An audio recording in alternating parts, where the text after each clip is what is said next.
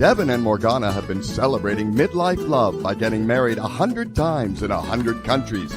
They believe grown-up love gets better and more fun, especially for women. Everyone's smarter, wiser. Men are more relationship ready. And if they're not, it's obvious. Forget anything you were told about being too old or too late for love and adventure.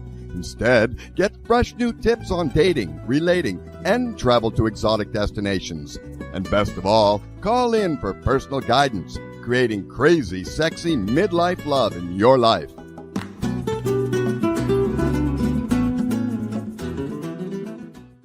Hello, welcome to Crazy Sexy Midlife Love. My name is Morgana. This is my husband, Devin. We've started already. Yes, we have. Surprise. All right. Well, Try to keep up. I'm trying, but you know me. So I guess it's 9 years now, which is the longest I've been in a relationship. How about you? That's it. Yeah. Really? I passed the prior milestone. Yeah. Oh, wow. Yeah, no, that's Good sign. Good sign. yeah, good sign. We're working it out. We're figuring out things. So when I met Devin, I was really kind of confident, self-possessed. I got really good at going on first dates without attachment, which only took me 45 years to learn how to go on a first date and not attach my self-worth and self-esteem with the opinion of a total stranger who didn't really know me, who was making his first judgment call. Some of us are slower learners than others. But so Devin and I had a really, really good first date that went on for 6 hours. And the biggest thing that I noticed, besides that he was way cuter than any of his photos, is that I could be relaxed with Devin and I didn't feel like I needed to put on any kind of a performance. I didn't have to be giddy and giggly or whatever. But you are that. I am that, but I wasn't like pushing that, right? No, it wasn't like overtly promoting it, but that's just to be clear, that's sort of what happens. But I just felt like I could be myself with you. I had no need to impress you. I felt so comfortable and safe. And so great, cute. I feel safe. I like you enough. You answered questions about your first marriage and what you were looking for and life, the universe, and everything well enough for a second date. And then we had, I think it was the second or the third date was, I think it was the second date was at Griffith Park Observatory. And that was the moment that I decided I liked you, that you were really cute and really charming. And starting from that, I became progressively crazier and more insecure with every date and every phone call and everything about you that I liked more and more and more. So I did what any crazy, formerly self-confident, self-possessed person would do, is I called my astrologer. That makes sense. I actually your astrologer is great. She's a friend, so she's not merely an astrologer. Right. I've just established it. She threw me a bridal shower after our 14th wedding. She said, "Enough is enough. You need a bridal shower." I don't remember that. Well, you weren't there. It's a girl's okay. thing. I was not invited. Right. So, one of the things that I would always ask on a first date if I thought I wanted to see somebody again was just innocently, where were you born and what time to the minute? And I had that information. Of course you did. So I gave that to her and she did our chart. And then she suggested that I hire a coach to bring my crazy to the coach so that I could be less crazy on my dates with Devin. And then she ran my chart with the dating coach. And so that you're going to meet my dating coach today, Evan Mark Katz. All right. Because I needed somebody that I could go to with, Devin said this, what does it mean? And Evan could, with his boy brain, go, it means he likes you and you can relax. I'd be like, until the next call. So Evan, let me tell you about Evan. Evan is billed as a personal trainer for smart, strong, successful women. He's a dating coach who's been helping single women since 2003, which is a very, very long time in the coaching world. Let's see, he is the author of 4 books. Most recently, the book Believe in Love. And he's been featured everywhere, the Today Show, New York Times, CNN, and let's see, since 2015, Evan's blog has had over 30 million readers. He's a really good writer. And his podcast has over 1 million downloads. And let's see, 12,000 women have graduated from Love You, his 6-month video course.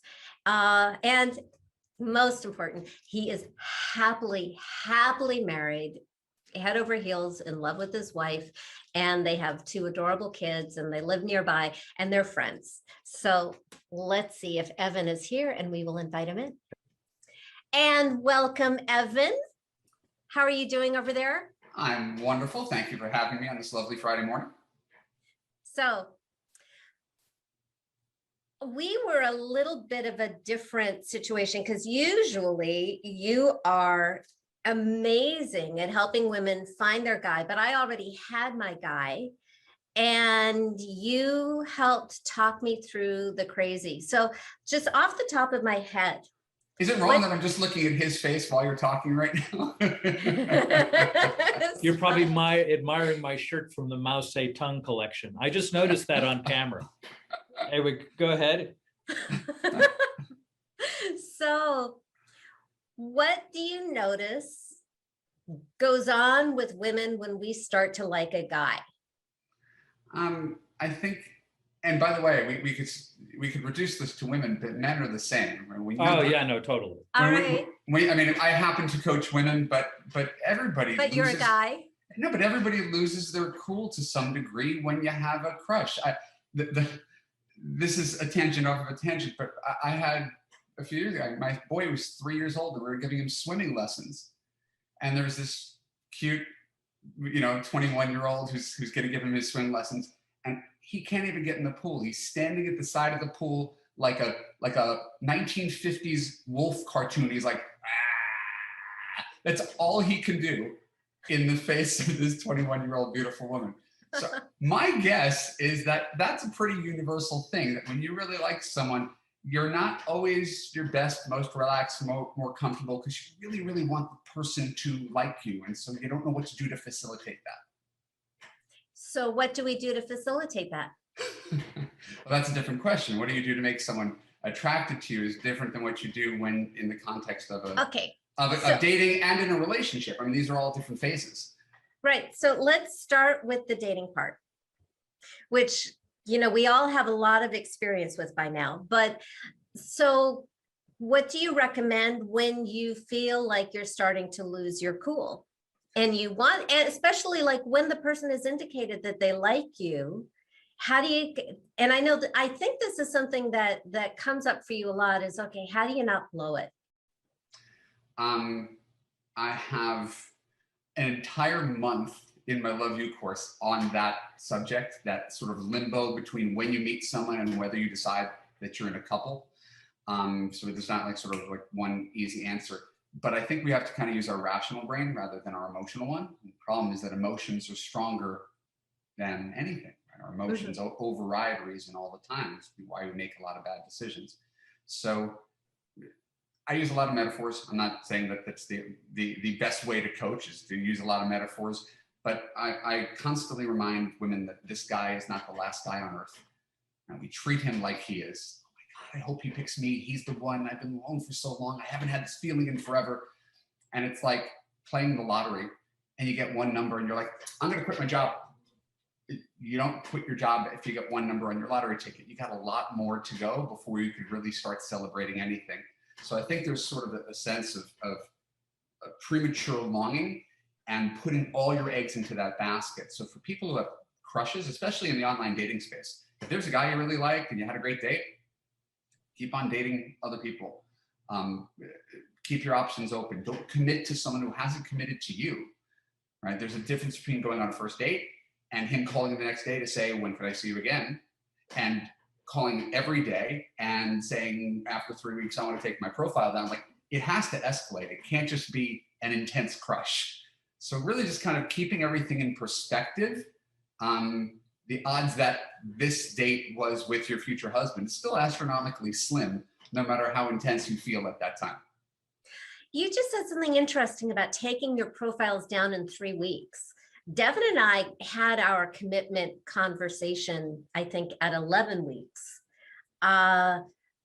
So we had a bit more time to see that our puzzle pieces fit in a way that it just seemed like too much bother to try to find anybody as good as Devin.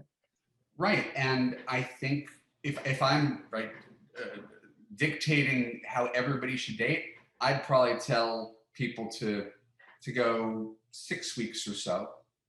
11's long, because there's also a measure of anxiety, and this isn't about your relationship, where sometimes women do go all in on a guy and they're de facto boyfriend, girlfriend, they're sleeping together, but they're not committed.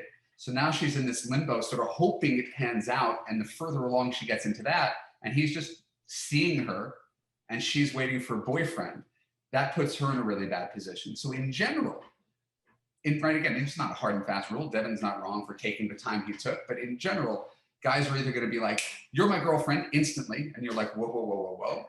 Or they're going to kick the tires and try to figure things out. And that process usually takes, in my experience coaching, 4 to 6 weeks. 11's long, but it's obviously not impossible. By the way, she was the 11 weeks. Right. I actually did take my dating profile down probably after about a month and a half. Great. So case in point, thank you. He didn't tell me. Oh no, I totally told her. No, I totally told her. And by the way, I was like, yeah, do whatever you want. Like, I'm fine. We'll just keep doing this. And when you decide you're in that place, then be that. That's totally not true. Oh my God, no. I have a question. Is every episode that When Harry Met Sally moment where you guys do this? Yeah, we have a fair amount of, I mean, Morgana's voice doesn't necessarily always go up an octave, but sometimes it does. And when it does, we can all feel good. And Devin has a very creative, romantic retelling of the narrative. That's factually maybe off, but emotionally true to him. So I respect that. All right, well then, good. I'm glad you have the final word on all of that. So yes, we do this. This is what we do. Yeah, right? We're adorable.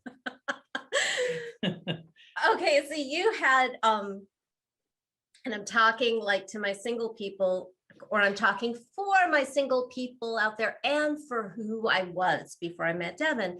I saw you on social media talking about like those whirlwind romances where you both seemed so into each other and it seemed so perfect, and then he suddenly disappears. And I used to go on that ride. Ouch. So what do you have to say about that? Why does that happen? And what should women be doing when that happens? Or men, because I assume it happens to men too. Yeah, I mean, we're equally part of that process. And it's one of those things that's hard to understand. If you're a woman and you date men, who are the people who are constantly hurting you and disappointing you? Well, it's men. Right. If you're a man, who are the people who are constantly hurting you and disappointing you? It's women.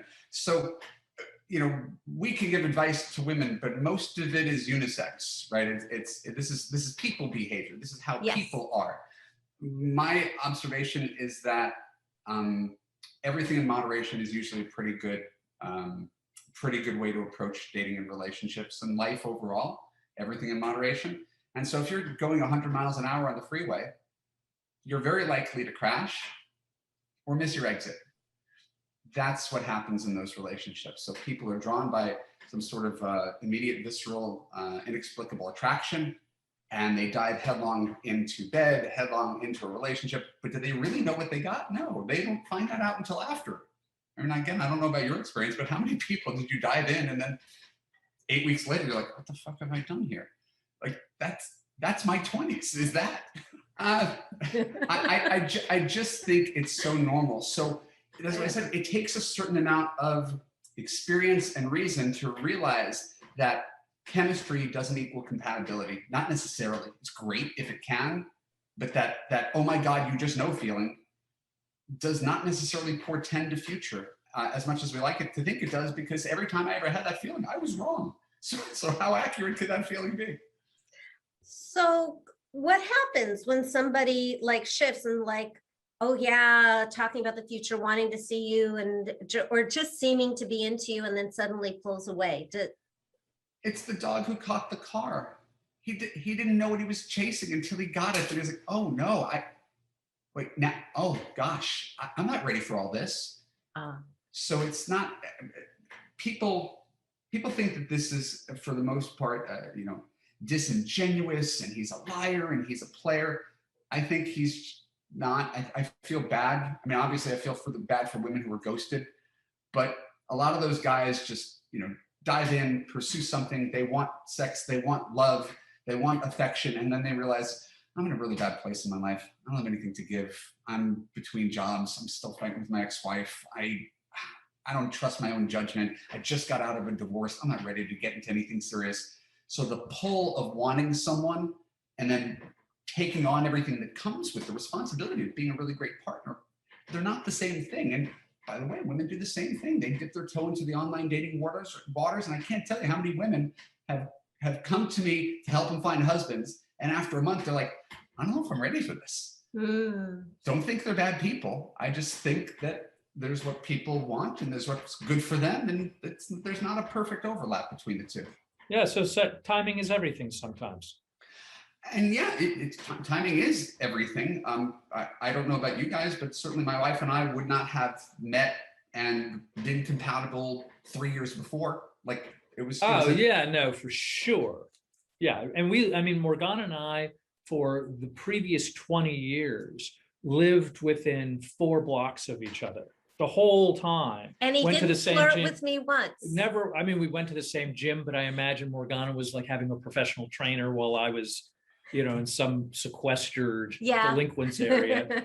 And there was no way. I wasn't personally ready. But I don't think there would have been no hope had we met 5 years earlier. None. Yeah. So then it's putting yourself in the position to be ready for that, right? In your mid 40s or whatever, like you put yourself in the position to be ready. And then when you're in that position, not squandering it, which brings us back to our original question. How do you not screw things up when you really like someone? On both cases, especially like the ghosting, it does seem like that was more of me when I was younger. It wasn't as common. Like once I was in my 40s, I was just dating very, very differently. I wasn't trying to make every relationship work. And even with Devin, I obviously took a good amount of time to commit to him on, multiple levels. I was just getting to know somebody. So there wasn't, and honestly, and I was talking about this before I introduced you, I also hired you so that I could call you every time Devin said or did something. And I freaked out wanting to know, what does this mean in like the manosphere of existence? And do you remember what it all meant? Yeah, it meant he liked me. That's what you kept telling me. It's like, oh, okay. Yeah, it's almost always much ado about nothing. I have in my little Love You group on Facebook, there's about 400 women, and when someone will write like a 1,000-word question, so I said this, and then he said this, and I think this, and I just write the letters OT, which just means you're overthinking. The guy who liked you yesterday still likes you tomorrow. He didn't completely change his mind because of how you signed a text. Like there's a lot of focus on the minutia, and we have to look at the overall pattern. Does this guy make me feel safe, heard, and understood? Does he consistently show up for me? Is he willingly moving the relationship forward and committing to me? And then we don't have to worry about the sort of day-to-day vicissitudes of the things that might feel off. We're looking for the larger patterns. And I think people are understandably really sensitive to the day-to-day goings on. And their relationships have been so fragile that they think any single thing can break it. And in a good marriage, nothing could break it. Like you can have any conversation and you're not going anywhere. And that's a hard thing for someone who's been single and abandoned to feel and understand. It's also, I mean, more to the way I would see it is that your heart is on the line with a new relationship. You're waiting. There's this anticipation, there's an excitement and all that other stuff, plus sort of the baggage of somebody's history. So when you're emotionally invested, there's a lot to lose in that moment, which is, of course, within itself crazy making. And you're in a greater amount of limbo. There's certainly more to lose. If I lost my wife now, it would be much more devastating than if I lost her after the first month and a half we were dating. Yeah, of course. So you push all your chips into the middle of the table, and you're like, this is it. And I think there's an inherent vulnerability that comes with that. And what women sometimes lose is, and again, to quote my own stuff, is their CEO power, recognizing that, yeah, you're making yourself vulnerable, but ultimately you have the final say about what happens here. At any time, if you're not happy, you're not getting your needs met, you could get rid of this guy and find a guy who treats you better. So women give men all the power. Oh, please pick me. I hope he proposes to me. And they're giving him all that power instead of realizing, I have to evaluate this man for the next couple of years to see if he's worthy of being with me. And so I just try to remind them that his job is on the line, instead of, oh, I hope he likes me. It's really just a mental switch about whether you're going to be the intern or the CEO.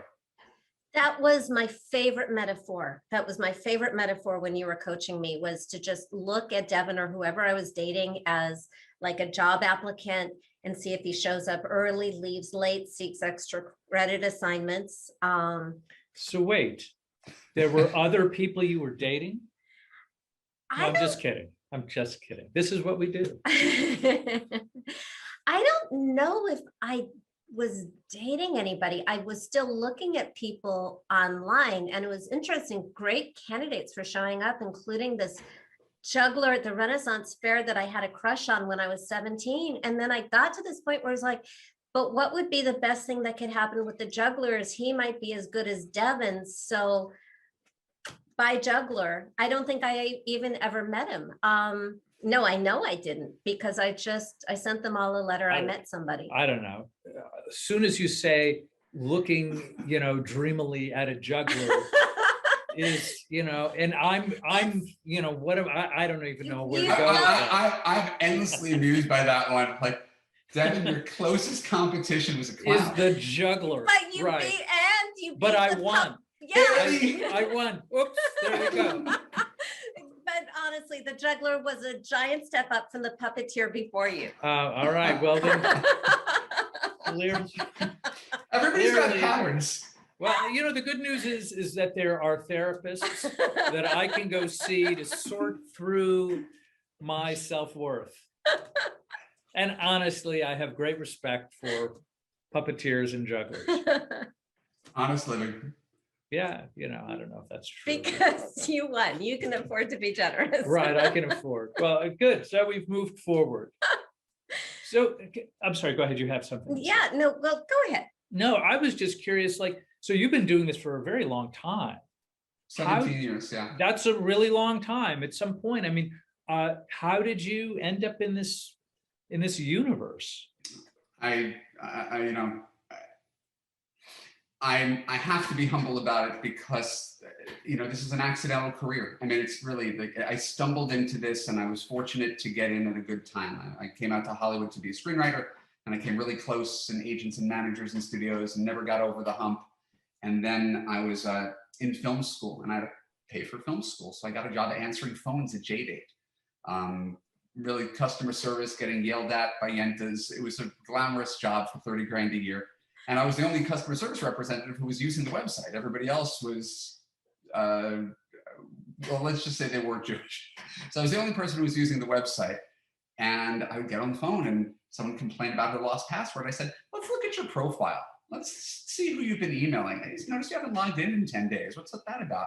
So I would just help people in a customer service capacity beyond what I was hired for. and discovered that I was having a lot of fun. And J-Date was recognizing that I was doing something unique, and I decided to write a book about it.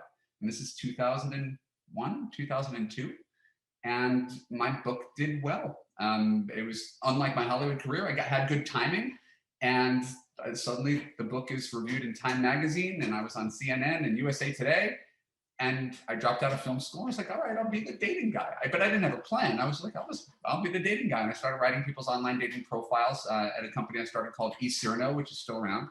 So I write people's dating profiles, and they say, oh my God, this is working so great. What do I do now? What do you do now? You flirt. I don't know how to flirt. Okay, let's go into Match.com.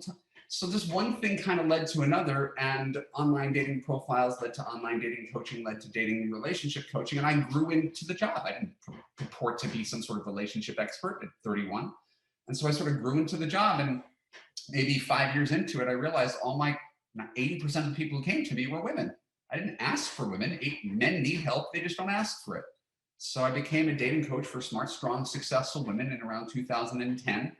And I've just sort of narrowed my focus and gone deeper with that cohort of women, and they're the people that I've been serving, forever. And so, yeah, I'm a writer and I'm a flirt, and those two things got me here. I love that, and I also think it's really important that you learned what you do from helping people, because that's how you find out what works. But that's the kind of the coolest part about it is it's constant on the job training. There's really, I don't care about any coaching institute. That doesn't make you into a coach. Coaching people makes you into a coach. Learning what works, that trial and error, and seeing patterns of what's what's right and wrong, but what's effective and ineffective. What actually helps people? Because a lot of advice is sort of advice that's well-intentioned but has no teeth. It doesn't mean anything. Just love yourself. That sounds nice. What's someone supposed to do with that? What's the action step on that? So in Love You, we just try to break everything into a series of action steps, starting with confidence and leading into commitment. We just walk people through a process that if you can follow this like you follow a recipe, usually good things happen. So you were talking about Devin brought up, early in the relationship, you're afraid of saying the wrong thing, the wrong text might blow it, all that kind of stuff. And then one of you were talking about how once you're in a marriage, you just talk about everything. So there's a really big difference in how we communicate when we're just dating and single and getting to know each other, and then when we're like really committed and deep into it. Can you talk about, because I think you had told me before we set this up that communication that works for a married couple is different than what single women think it is. Yeah, there's a lot there, and gosh, it's such an open-ended question, and I'm not exactly sure where to begin to tackle it. Yes, communication is different in early phase dating, where there's a lot of texting going on, right? And then there's the communication piece around whether you're going to commit to each other. And then there's the act of discovery, right? Where you spend enough time together over a year or two and go through seasons together and let down some of your guard and showcase some of the worst sides of your personality. And this one's dealing with a job loss, and this one's dealing with a sick parent, and this one is having mental health issues, and this one has a thing with their kid, and how do they respond to it? And so we need to take the time to do that, but it's all based in trust and acceptance.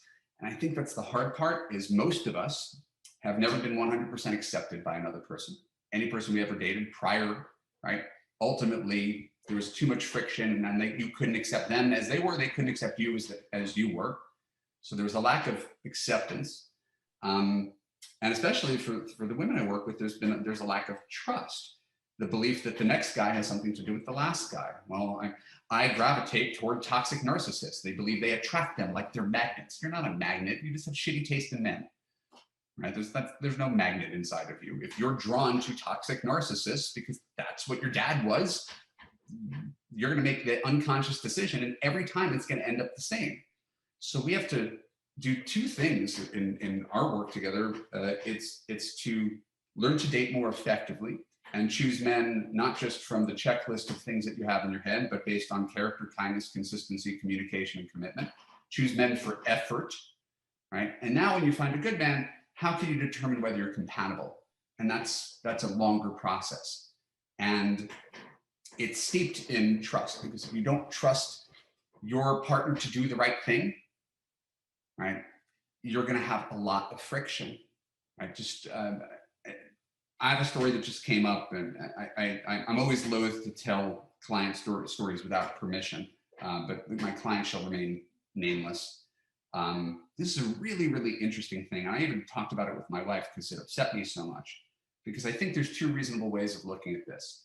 My client was very petrified of dating, no trust with men, terrible history, a pretty common story, right? So she's coming to me to show her, here's what healthy, masculine, consistent love looks like, no bullshit, complete honesty, right?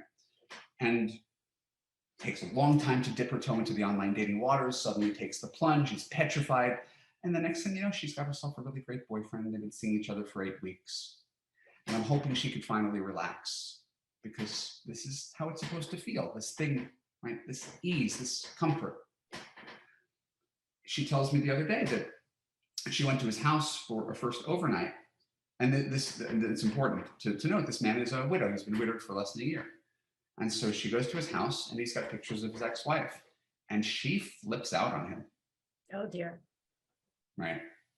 And in her telling, she thought she was following my coaching.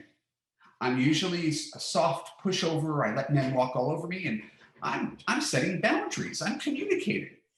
So this was the hill she chose to die on. Telling a guy whose wife has been dead for less than a year that he has to take down all the pictures, even though he's got 2 girls in the house, right? Let's take down all pictures of my mom because girlfriend at 8 weeks showed up here once, right? So she was really proud of herself for setting a boundary because it made her uncomfortable. And it was such, in my opinion, such a horrible misstep because it did not consider any needs other than hers, right? And then we had to communicate like a couple, me and my client, because I completely disagreed with her, and I didn't want to fight with her, but I completely disagreed because if that was me, that would be literally the last time I saw you if you did that. This thing that you thought was really smart in setting a healthy boundary, because it's so strong and so tone deaf. She's like, but I can't help it. I was triggered. It makes me uncomfortable. Should I be comfortable with his wife looking at me in his bedroom? And that's another conversation. It's not for the first time you come to his house. And so we get into this communication piece, right? This is a big part of my job. A woman could find herself a great boyfriend, and then years of fear and mistrust dictate her actions, her reactions, and how she communicates with a boyfriend who's completely innocent. And by the way, he's like, okay, I'll take it down. Oh, yeah. What a sweetie. Right? And I was like, that's a tough one. Right? No, but like, it's objectively interesting because I'm here to advocate for her, teach her strength, right? And I just think she overplayed her hand. And she said, what should I do? I said, if I were you, I'd go back and apologize for overstepping your boundaries. She goes, but I don't feel that way. I still feel the same way I did. I think it's inappropriate. I said, so you're willing to risk giving up your boyfriend over this? She's like, well, he might be willing to risk giving up to keep his pictures of his wife up. He might give me up for that. So this is where it gets like objectively interesting, because I say, hey, you're entitled to your opinion, but you might be ruling out a whole bunch of other people, not just on this. This is a microcosm. There's going to be another thing that some other guy does who's not a widow that's also going to trigger you. There absolutely will be. And what's missing here is, from her point, it's all about her and what she can get. And that's understandable because she sounds like she's overcompensating, but for a real relationship, you want to care about the other person. You want the other person to be happy. Like, my husband has a daughter, and I knew from day one, my own choice, having been the only daughter of a single dad, that relationship is sacred. And my job is to create no friction between Devin and his daughter. I wouldn't respect him if he wasn't a good dad. So this guy is being a good, it's not just her needs, it's the children that you mentioned. And also, does she care about him? Is she loving towards him? So we dove into it because it is a bit of a zero-sum game. You can't have the pictures up and not have them up. It's one or the other, right? So like someone has to roll over and do something that they don't want to do, right? And in my case, I suggested that it was her. She's the one who needs to accommodate him. I said, the real issue you have isn't about the pictures. The pictures are symbolic. What you're afraid of is this widower is not emotionally available enough to commit to you in a year or two, and he can't guarantee that he is. That's a genuine concern, right? But the pictures are not threatening.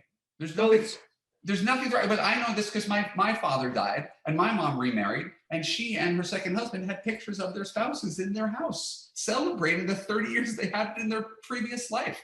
We don't need to erase this stuff if we're secure. If we're insecure, everything's a big deal. If you're secure, nothing's a big deal. And it's almost always the thing behind the thing, or at least the way I like to look at it, from the standpoint that, yes, you're arguing about pictures, but it really is about, are you in fear? Do you have self-worth issues? There's some underlying thing that you're terrified of, which is, I think, what you just defined there. Can we ask, and I don't want you to, obviously you're not breaking any kind of anonymity, but was there a conclusion to this? Where did your client say, oh my gosh, because as a dad, I did have pictures up of my daughter, and I went out with a woman who had lots of feelings about that. And I think in the moment, I'm like, of course, I want to kind of appease you because I want to see where this goes. I mean, I'm giving you sort of the subtext of the conversation, but really at some point I woke up like a day later and thought, fuck her, this is not, it wouldn't be a connection where I know that she's complaining about a 10-year-old. Yeah. So it was, you know what I mean? For me, it became a no-brainer very quickly. But in the moment, I was like, okay, whatever you want, kind of thing. Right. And that says something about you, that you would even contemplate that. For me, when she told me this, I was like trying not to yell because it triggered me.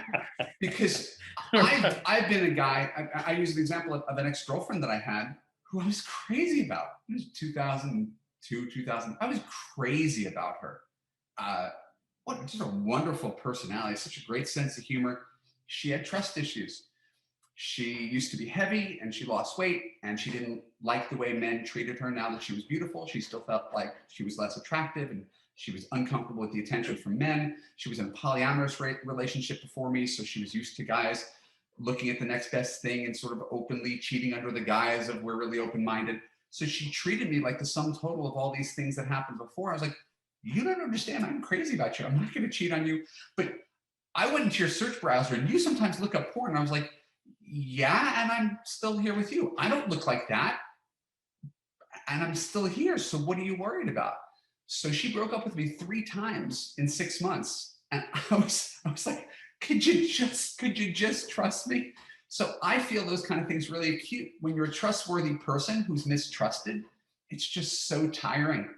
And so if she carries around her mistrust in every subsequent relationship because of what happened in her past, the new guy doesn't have to pay for it. So I owned it when I said, like, if you're picking up the fact that I'm really upset, I'm upset because I know you feel really strongly about this, and I almost can't even see your side. Like, I really, really want to see it, but all I could see is the other side on this one. So you can take this information, maybe a more nuanced picture, what you already feel, and what I'm giving you, and you can maybe see, maybe there's an overlap. Maybe there's a way you could come together and work through this in a way that you don't shut each other down, where it's a zero-sum game where he wins, you lose. But I would not play this card again. I would not go back to his house a second time and say, I still see you have a picture of your wife in your living room. I would not do that. And so we left largely at an impasse. Like, she said her piece and I said my piece. And I said, I care about you. I'm not telling you what to do. You're a grown woman. I hope you could see that this might be self-defeating if you want to have a secure, healthy relationship, because this action is driven by insecurity, right? My dad had his black book where he kept notes on other women. He kept that until the day he died. My mom never made him throw it out. Like, it's a piece of our past. Right, of course. Right? That's funny. I'm sorry. That's an amazing story, and it's an amazing conundrum. I can see her side from a very emotional context of, hey, she's somebody who's just, she's dealing with her stuff. She walks into a place that triggers the stuff, and then she has a big reaction to the stuff. Right. But objectively, I can say, wow, that is probably not going to help you in the long run. And then your reaction, okay, so that happened. Now how do you recover from that? Oh my God, I'm sorry I overreacted. This is your dead wife, and this is your children's mother in their house. I'm sorry, like that's the recovery from it. You can't always help your reaction. That's a great, when you talk about couples communication, you can't always help every time you put your foot in your mouth. I do every day. It's how quickly you recover from that instead of doubling down on a mistake. Well, and there are two perspectives. Like one of them, it's easy for me to have lunch with Devin's ex-wife. And Devin, the first thing he said about his ex-wife when I asked him about his divorce on our first date, because if you're going to ask a difficult question, ask it on the first date when you have nothing to lose. I don't know if I agree with that, but go on. I don't know if I agree. He just said she's a lovely woman and explained why they weren't compatible in the long run and how that broke his heart, and won tons of points with me. So we actually had lunch with Devin's daughter, and the ex-wife was included because, well, they have a long history. Yeah, she's not Shay's mom, but they have known each other most of Shay's life. And she is a lovely woman. She's beautiful and smart and fun and kind. There's nothing negative to say about her. And I'm not threatened by her at all, because in that instance, it was a choice. If he loved her and wanted to be with her, he would still be with her. Widowhood is a little different because he didn't have the choice. So I can understand her insecurity there, but at the same time, having those photos would say to me, oh, this is a man who commits deeply. This is a man who loves deeply. This is a man who is loyal. These are all good signs. Right. So but that's the point. It's the lens through which you view it. So I always tell people, especially with a boyfriend, again, this guy's been nothing but good to her for 8 weeks. Assume positive intent and assume the best of someone. I had a client who dumped her boyfriend because she discovered that he loaned $25,000 to his ex-girlfriend and never got it back. And she said, this means he's fiscally irresponsible. I was like, no, it means he's like a fucking saint. Right? Like, you could look at that in two completely different lights. And she chose to look at it through a negative lens instead of a positive lens. And so I think when you have a partner, you always have to try to see things through their eyes. It can't just be through yours. Yeah, there's, what you were talking about, there's a line that a friend of mine says pretty regularly, and it's called a slight shift in perception leads to great change. And that's what I think it's all really about. In other words, it's very easy to have an emotional response to something, right? Because we get triggered by whatever it is that we get triggered, right? A photo of an ex or something like that. But then there's this other way. There's just a tiny movement in how you can then support that guy who's going through this terrible thing. In other words, she theoretically could have taken that moment and been his hero. Right. By saying, you know what, I'm feeling X, Y, and Z, but that's me. And I admire the fact that you're making sure your children, their mother will always have a place in their lives. Right. Right. That's so high road and so not easy. Yeah, and it of course it's not easy, but the guy would have been like, oh, this is a good one. This is a good one. Right. Objectively, that's why that's why I always use the terms effective and ineffective, not right and wrong. She's not wrong for having her feelings or even wrong for having her emotional reaction. It's not effective in forging a closer, trusting relationship. She might have won the battle. She got the pictures down, but she's not going to win the war. No, especially when the kids say, "Why is my mother's picture down?" Ugh. That's, you know what I mean? Right. That's a tough one. Or the friends say, where's your, the sister-in-law shows up and says, why is my sister's photos down? Been erased from her house. Right. That's I think that's a lose-lose. I think that she still there may still be enough of a window for her to get back a little hero cred by saying, wow, you're amazing. I am so grateful to you. Yeah, I had a really strong emotional reaction, but I've thought about it.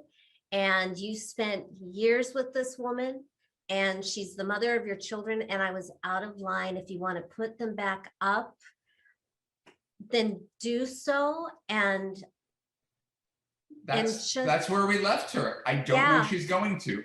But if she could win a lot of ground. Right. But this is, we talked what Devin just said about, you know, a little bit of perspective. This is all the dating and relationship coaching is. Yeah. Just widening your aperture a little bit to incorporate the view of your partner, the opposite sex, if we're being heteronormative, like just understanding what each other thinks.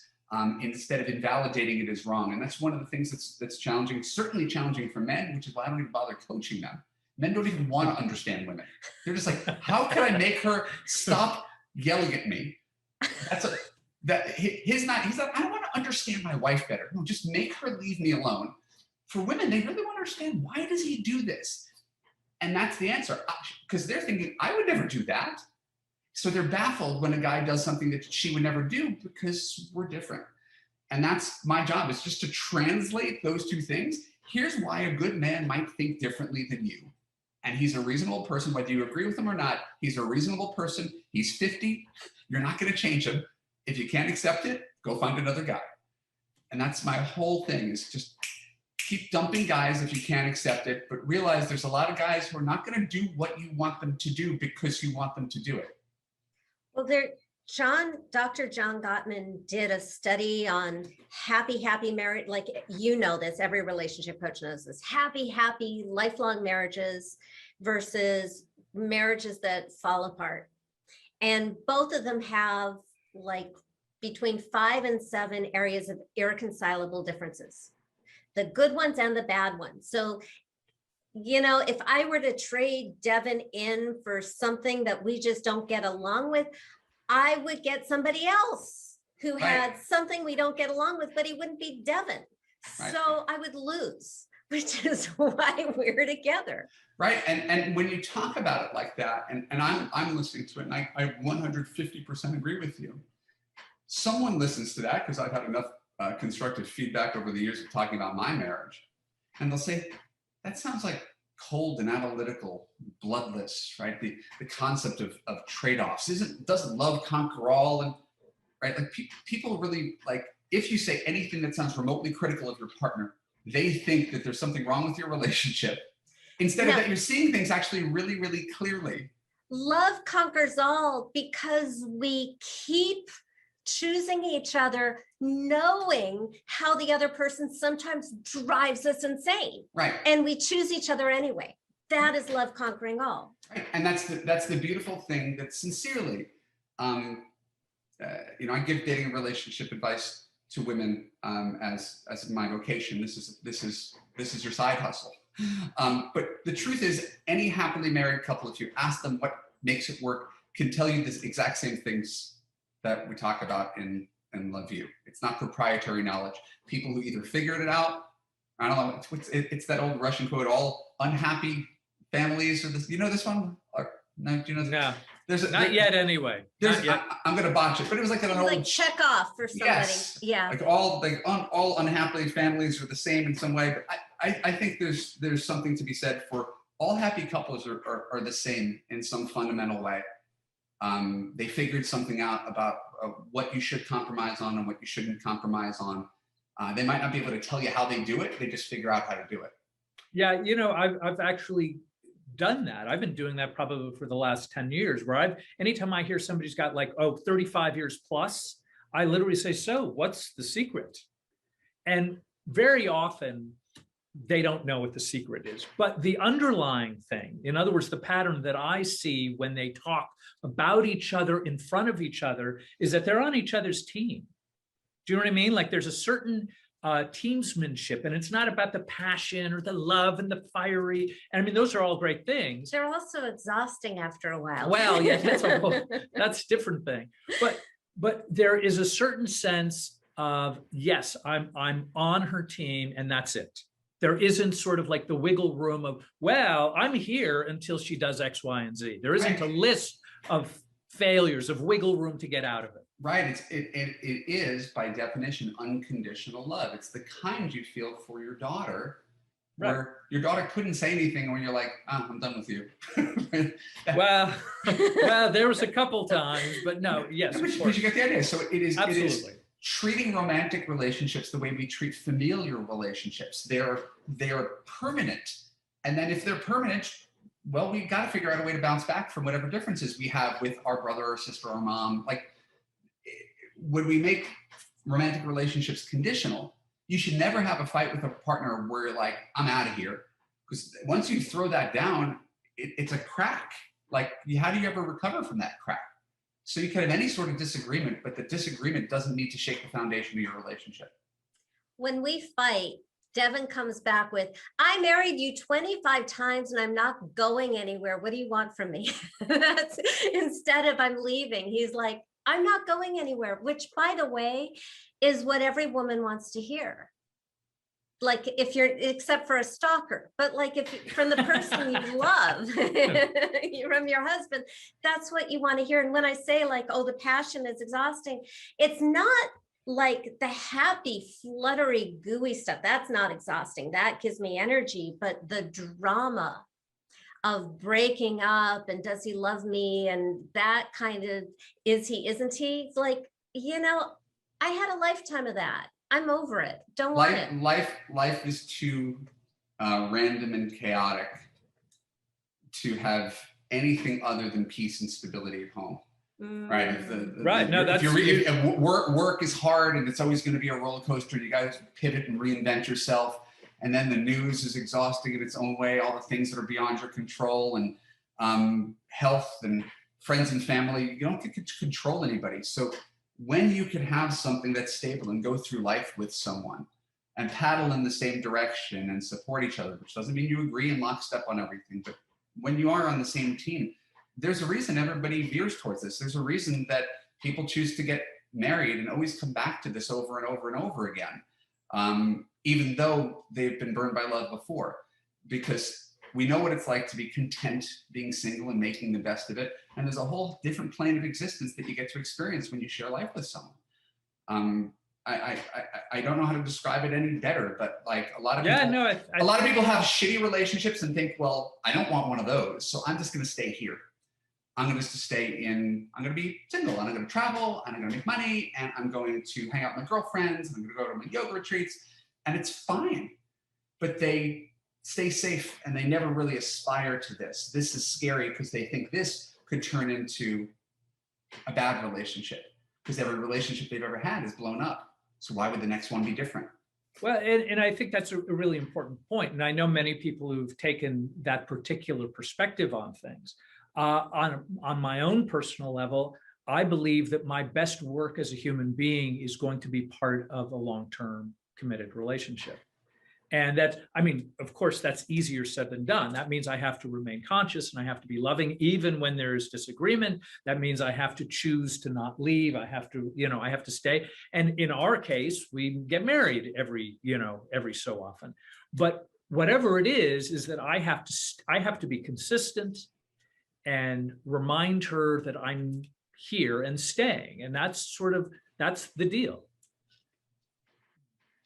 You joked about it, but Morgana, do you still need reminding? Oh God, yeah. Oh yeah. He knows me. Oh yeah. But why? I like deep wounds, rejections by all of my parents, by friends in childhood. There's a part of me that is like, I just can't believe how lucky I am. So sometimes I feel really solid and secure, and it never hurts to ask my husband. I need kisses all the time. I just do. I didn't know this was going to be going into the therapy session. But yeah, so I see no downside to, honestly, the inconvenience of booking plane travel, booking rooms, dragging yourself out of life, going on long, uncomfortable flights to say, I choose you, knowing everything about you, and I choose you, both of us. It's a great thing to do. Yeah, I mean, I just sold travel, didn't I? Yeah, no, and I love travel, so I don't look at it as purely just, baggish I love issues. it too. But I think that you do it because that's part of the commitment. In other words, I remind her she needs it. If other couples don't, that's fine. Do your own thing. Find out what works for you. But this is just one of the components within our relationship that it's like, okay, if I'm part of the team player thing, this is one of the things that you do to maintain the player thing. Like I'm assuming you and your wife with 2 little kids have a date night, or you have a check-in, or you do whatever little special thing that you do to ensure the relationship continues steady in the chaotic world. Sure. Yeah. No. Again, and it's not even a matter of second guessing whatever works as a couple. I don't think it's irony. What is it if you've been married 20 times to each other, and you still need more reassurance? It seems like a bucket that has a hole in it, and you can never fill it enough. It's not that I need any of these weddings. I was down for an elopement with no witnesses and one and done. I was good. Like, all of this is frosting. But I also knew that I wanted to travel the world with the love of my life. And a guy on OkCupid with the handle Travel Guy wrote to me. So that was a clue. We just love the experience of discovering love in different. Well, then you're just doing it for the sake. It then just sounds like a unique feature to your marriage rather than doing it because you feel insecure. That's No. Yeah, no, the marriage would be fine without it, but it's so much fun. To me, that's separate. That's completely separate. Yeah. Like, Okay. however couples choose to spend their time or energy or money, like, and I follow what you guys do, and I think it's great. It was, you were kind of like just sort of half joking that I need to be filled up, and every couple does need that. I guess the only pushback I have, it's far be it for me to push back, it's that there are people where no matter, it's my ex-girlfriend, no matter what I did, I couldn't assure her that I wasn't going to go anywhere. Oh yeah, no, that's and I was like, I don't know what to do for you to let you know that I'm not going anywhere, but you're killing me. I'm not worried about. That's why I'm like so happy to meet up with Devin's ex-wife. It's just I'm not worried that way at all. I like a lot of physical contact. So when Devin needs alone time, I have 5 cats because I like to touch living beings. I think your hand is glued to his. Yeah, no, Yes, it sort of is. But that's part. But I mean, I think you used the magic word. Is that the weddings for us anyway is part of the glue. It's not the whole. It's not the structure. We'd be but fine it's a component of the things that we utilize to. Are there other people who do what you do? Have you found a little society of people who do this? I mean, I've read articles. I've read like of 2 different couples who've done it. One their own version of that thing. We encourage people to. We encourage everybody to do it because I see no downside at all. I think it's wonderful to choose somebody over and over again. It's sacred. It's like the garnish. And I got this really clearly at one very bizarre wedding where people started booing when Devin was saying his vows, which, by the way, were great vows. Yeah, no, this is a very long story. Yeah, but But wait, how are we doing on time? We are fine. We'll make it work. But that was the moment that I realized. We'll cut all the stuff with Evan. No. But we may cut some of our own stuff. But when we had this like weird drunk crowd booing, I realized none of that matters because I'm going home with Devin. And the person you love is the only prize there is. The only reason we get married is so that we can look at each other over and over again and appreciate each other and say what we want for each other. So now back to you. I love the way you articulate relationship and what works. I think you do it better than anybody I know. That's why, even though we're talking a lot, I invited you on this show, because I'm such a big fan of you. I'm such a believer in you. I've actually hired you, so you have my endorsement.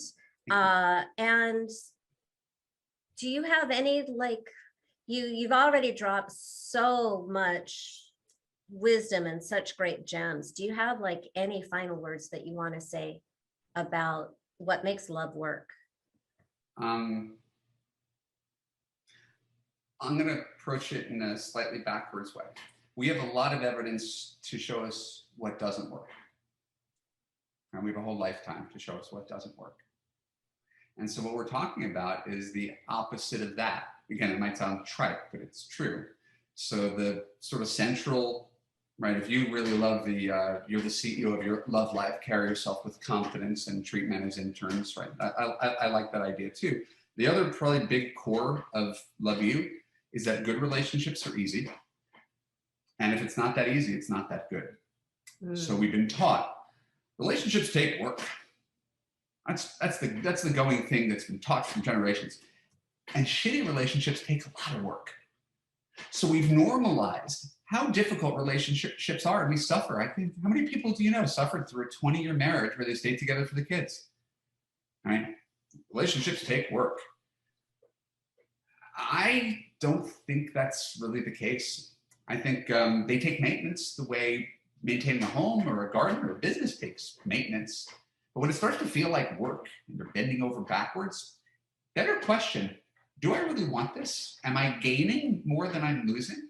If a relationship drains your energy instead of lifts you up, it's not serving its purpose.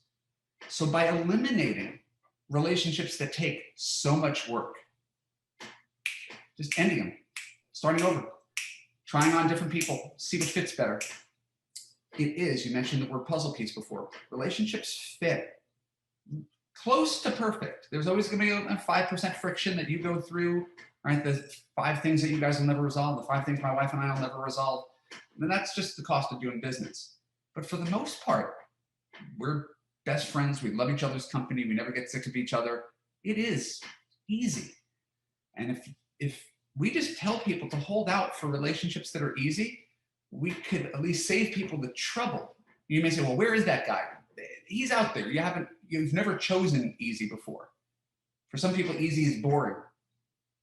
And so just realizing that you can do better than whatever you've done before is where I want to leave everybody, is just by saying no to relationships instead of doubling down on a mistake. If a guy doesn't respect you, if a guy doesn't make time for you, if a guy makes you feel less than, if you feel perpetually anxious and insecure, get the fuck out. Thank you. Get the fuck out is where I want to lead you today.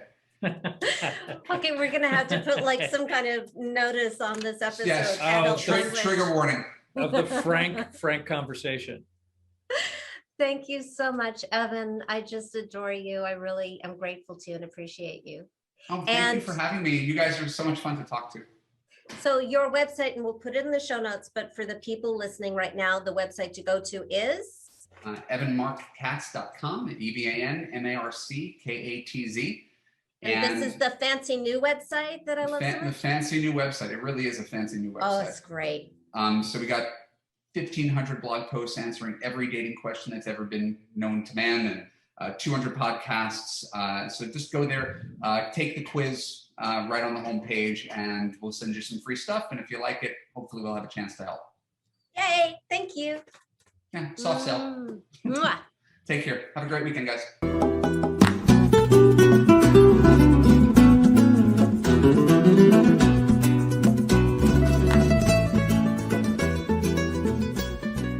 Thank you for listening to Crazy Sexy Midlife Love. Please sign up to join our free love family at crazysexymidlifelove.com to get alerts to live shows, call in and ask questions, or just listen in. And ladies, don't forget to download Devin's free ebook, Women Are Smarter Than Men, and Other Secrets Marriage-Minded Women Need to Know. Also available at crazysexymidlifelove.com.